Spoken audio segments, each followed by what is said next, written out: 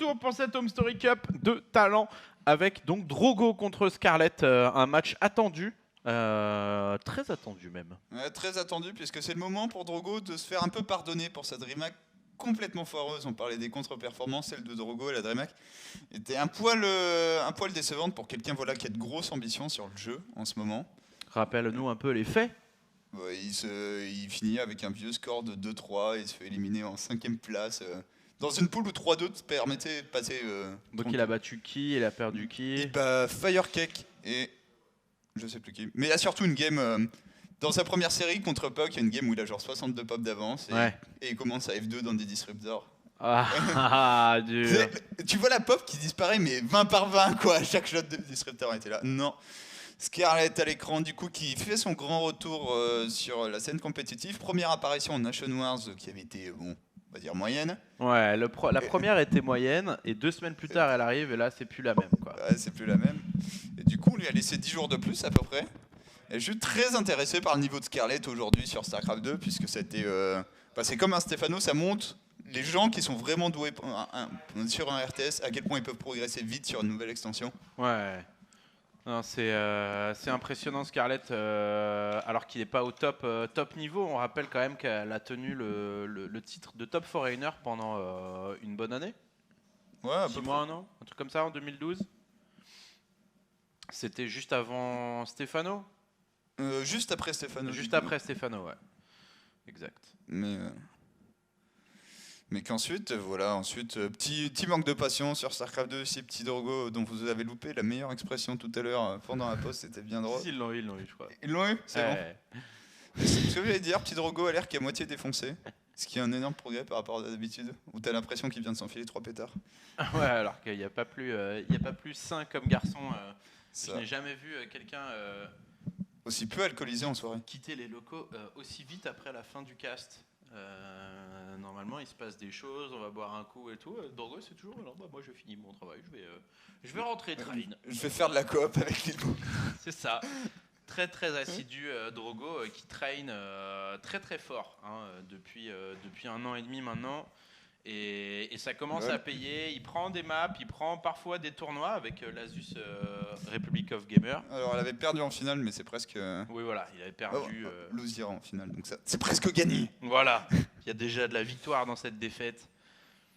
Et du coup, il y a un random Minchul qui vient de rejoindre le lobby tranquillement, puisque MC est sur place, il jouera demain, MC, qui est là pour montrer que en fait, toutes les rumeurs sur lesquelles il faut prendre des bases à Legacy of the Void sont fausses. Tu peux le faire sans deuxième Nexus.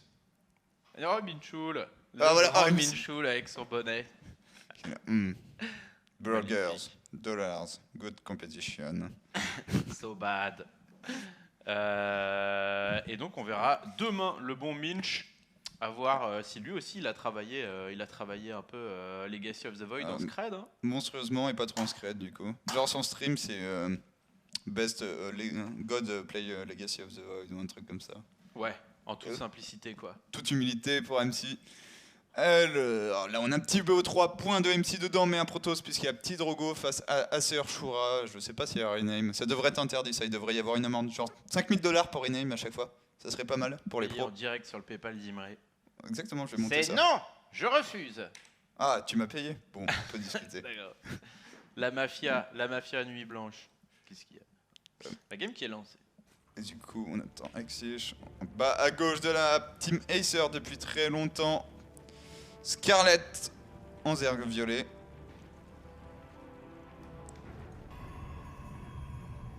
Et en haut à gauche, pour la team My Insanity, il est là, il est bleu, il est Protoss, c'est petit Drogo. Alors, Scarlett avait Tolerila qui est... Et Central Protocol, je sais pas trop ce que Drogo avait tôt, mais je sais que ça a valu un tweet en mode what the fuck, c'est trop bien. Et ce qui m'étonne pas trop, Scarlett c'est une des rares... Elle a envie de jouer des late game en fait. Et sa force c'est vraiment, ok, j'ai mes unités T3, on est arrivé, tu peux te faire ton armée ultime en face, viens on fait joujou avec nos unités.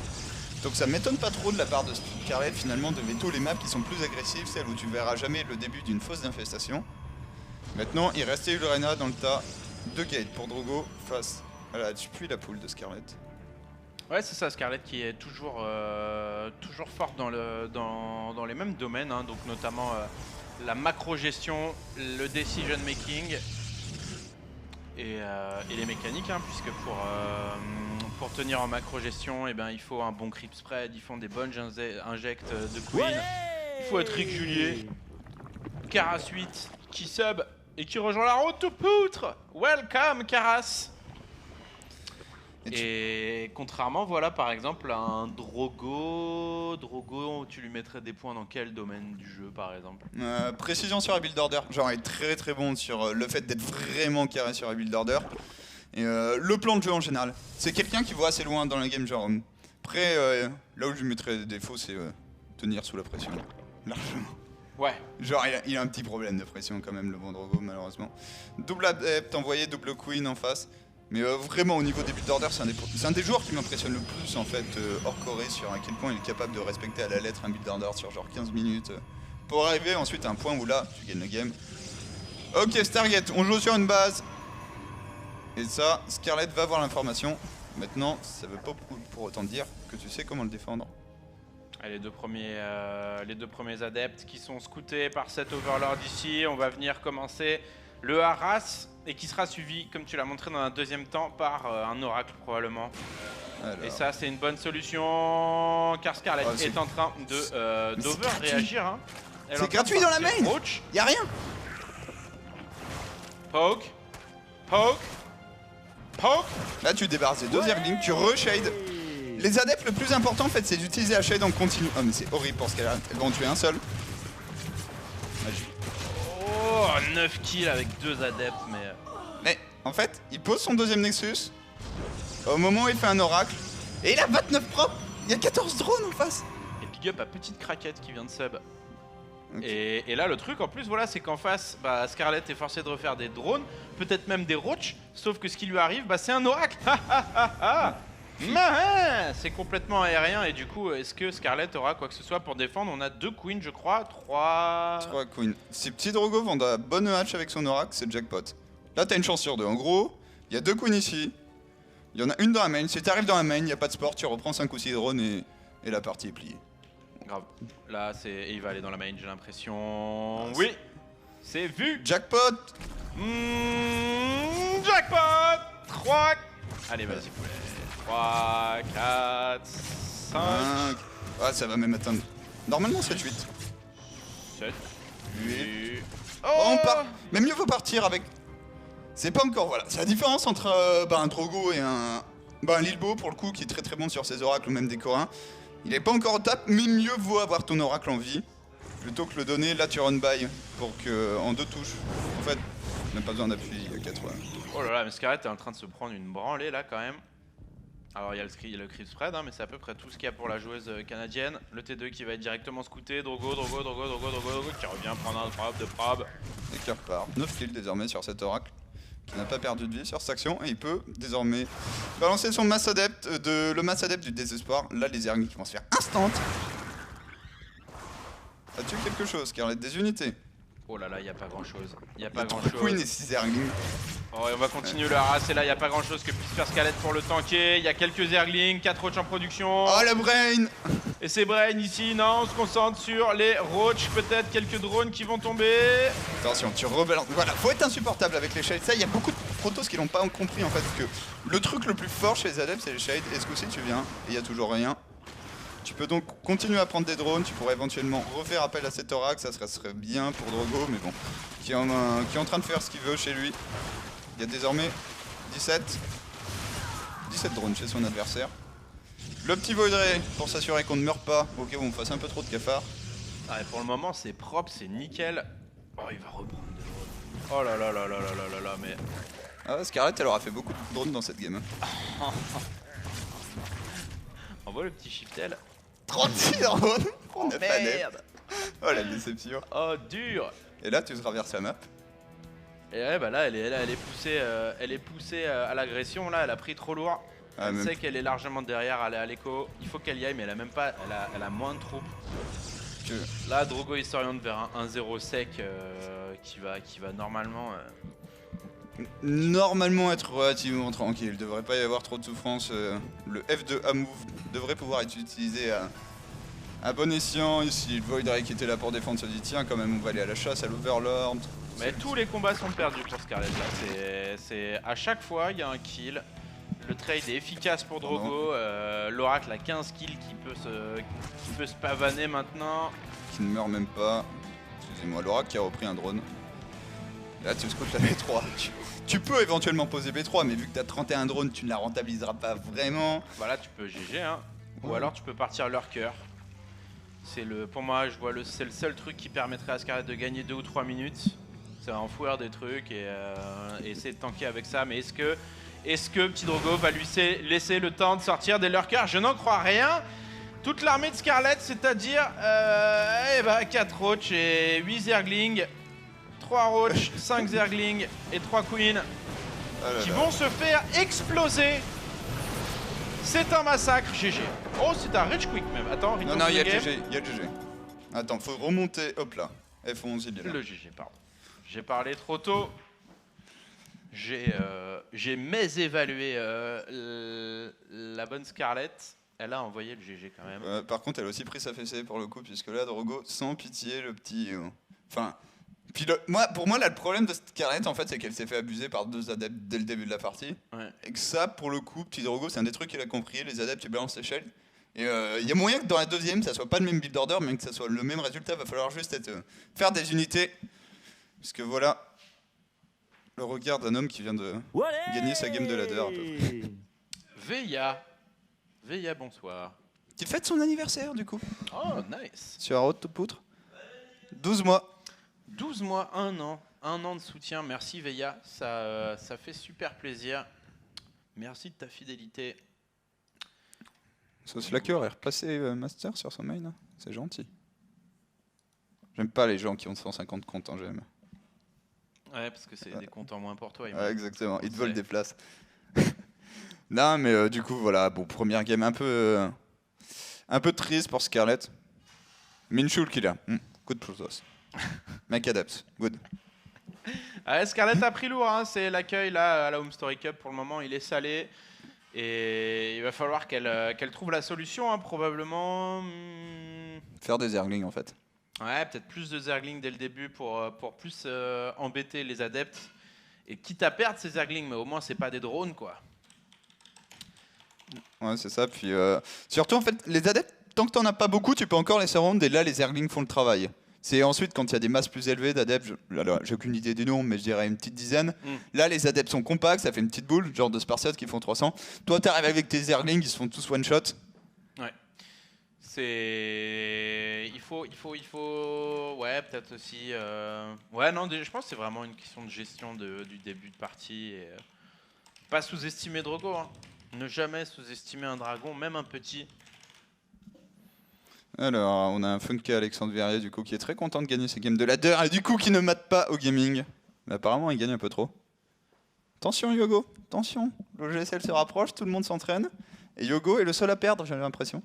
Sur le ladder? Ah, il a perdu genre 90 places en GM. Ou... Ah, il reste Grand Master quoi. Ouais, c'est ça. Mais il fait pas maintenant partie de la catégorie du grand. Oh my god. Drogo, I'm ready to make some adepts.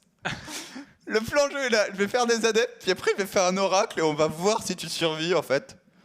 On parle pas mal du coup toujours, il m'a confié que là son énorme avantage en ce moment c'est qu'il joue différemment de tout le monde en fait en PVZ et qu'il pense qu'il est le meilleur en Europe avec les adeptes.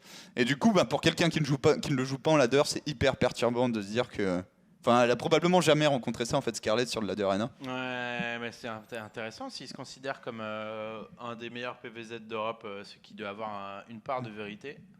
Disons que pour le coup, c'est très intéressant si tu remarques que même en changeant d'extension, les gens qui étaient très bons dans un match-up ont tendance à le rester. Et pour le coup, les protos français, on espère que ça marchera pour Lilbo. Ouais, on verra ça demain. Ouais. Demain, la poule de Lilbo. Demain, la poule de Stefano également. Dans cette Home Story Cup, il y aura du MC et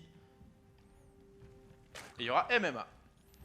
Et du coup, effectivement, MMA qui est dans la poule de Stefano en plus, mais en attendant, on est sur ce match et en zerg violet pour la team Master, Scarlett. Au sud-ouest. Sud-sud-ouest. Pour la team, toujours My Insanity. Ma petite folie à moi. Petit Drogo. Alors, Nexus First, probablement. Et comment Scarlet s'y prend, elle? En tout cas, on n'a pas senti arriver le Nexus First. Et du coup, on ne tente pas l'early pull. On va poser une première hatch.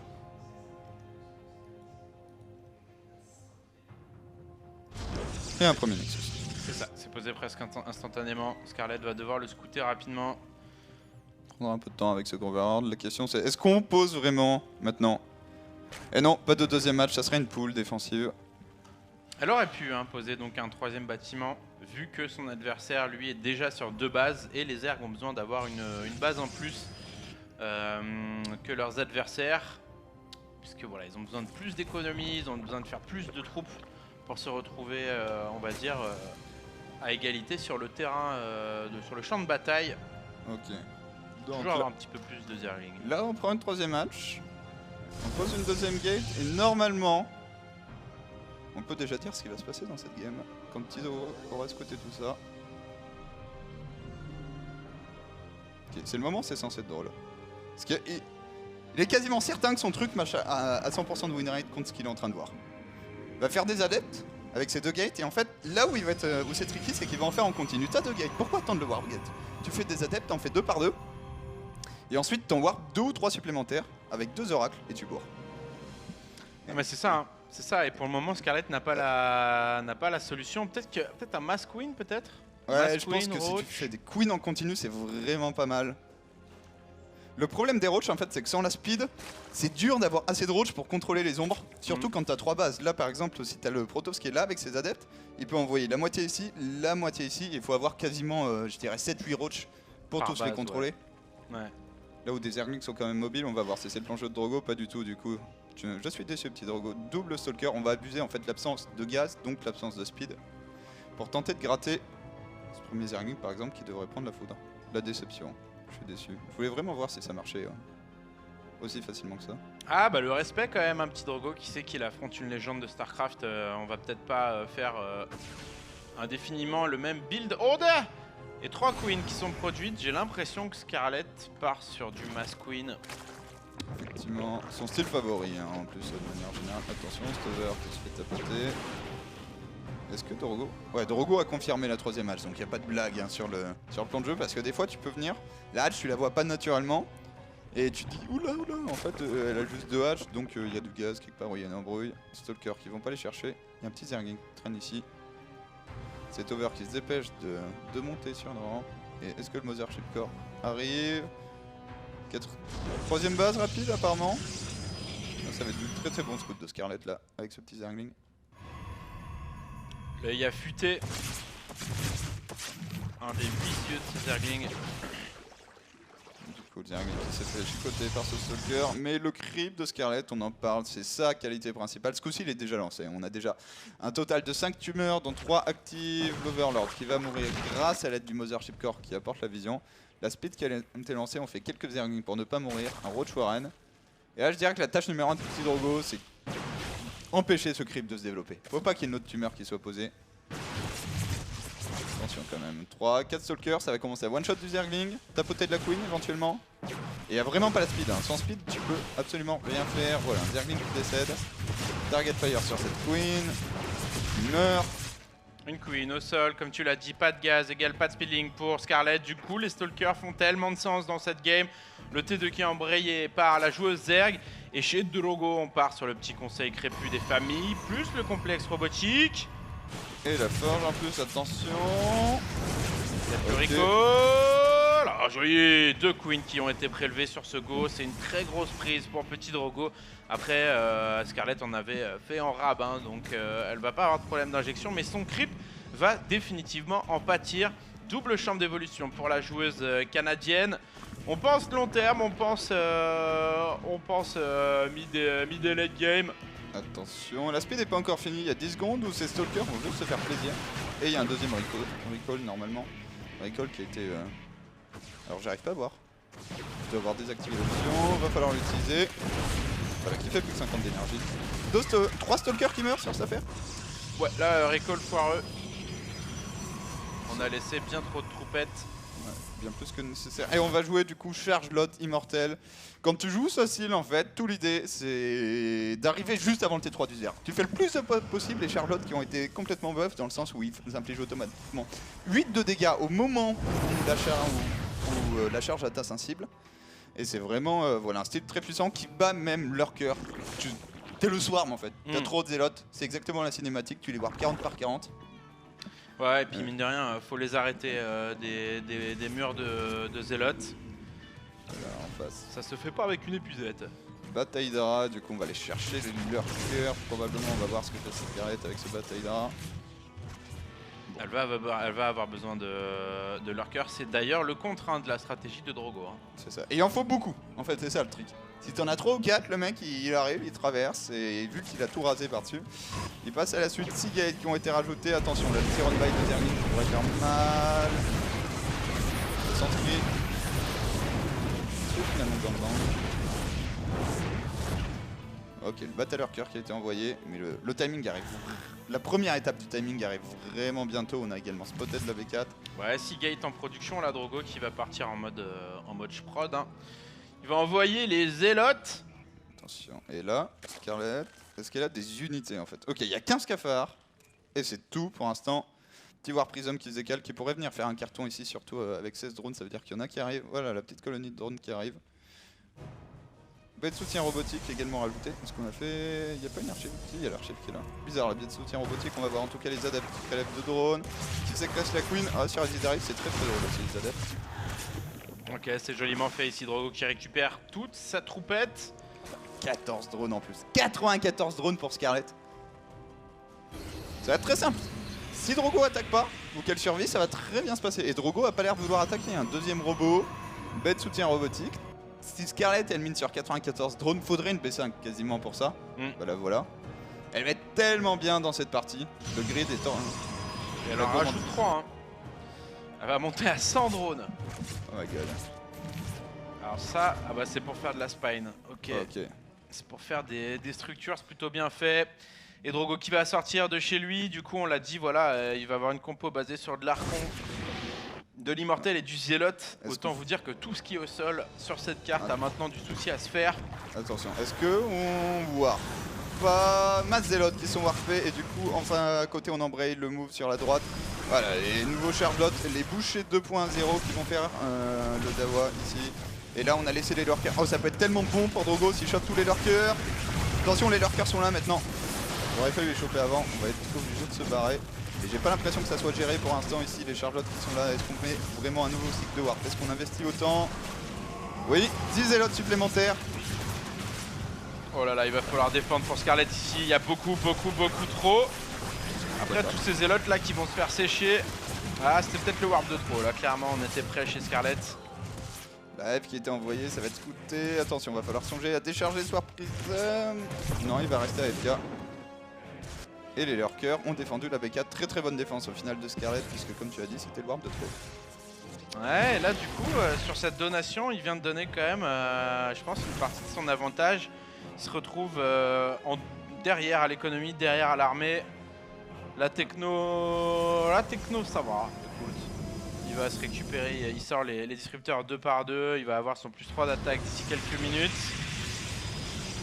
Et il va avoir une armée mais qui va faire tellement de dégâts au sol. Par contre il y a des mutas ou un Broodlord qui pop. Oh là là, on est en train de se rater de deux côté. Distributeur en danger. Qu'est-ce qu'on fait? Qu'est-ce qu'on fait? On recherche tous les pylônes. Alors Scarlett, son armée est très forte, mais elle est au milieu de nulle part là. Est-ce qu'elle se fait pas embrocher? Oh Drogo! Oh, dommage! Les lurkers viennent tous de disparaître. Il n'y a plus que des cafards. Oh là là là là là là, on l'avait dit. On l'avait dit, ça fait mal. Oh là là là là. Ok. Non, ça c'est pas une bonne idée de rallye Scarlett qui vient de passer en dessous à la pomme. Elle s'est fait retourner sur cette attaque. Heureusement, elle a une petite banque. Du coup, elle va pouvoir envoyer 4 Viper, 14 Hydra. Est-ce que... Alors, c'est une très bonne chose de partir Viper. Ça va suivre à l'économie. Après, les sorts de la Viper, excuse-moi, mais je vois pas bien l'intérêt, à part si tu campes avec Masspine et Lurker et que tu grabes les unités une à une. Ouais, Et là, le Blinding Cloud ne sert à rien et le Parasite ne sert à rien non plus. Donc, ouais, voilà, c'est sûr que là, c'est plus des infestateurs qu'il aurait fallu presque des Vipers, histoire de maintenir tout ça en place loin des Lurkers. Lurkers qui sont arrivés. Oh, la boulette, la boulette. Oh là là là là là là là les là. 4 Zélotes qui ont été warpés ici. Oh mec. Oh, Drogo qui fait le taf. Oh, Drogo qui est en train de faire le taf. Est-ce qu'il y a un Ops ici? Oui, un Ops. Et on a surtout 5 disrupteurs. Les 4 Zélotes qui vont se débarrasser d'une hatch. Heureusement pour Scarlet, ce n'est pas ça. Hive, l'Overlord qui avait le drop. Pour une raison X ou Y, qui vient de prendre la foudre. Nouveau warping massif sur la B5. Troisième complexe robotique pour petit Drogo. Il était une époque où Drogo ne rigolait plus. Quand tu me diras, c'est tellement drôle les disrupteurs.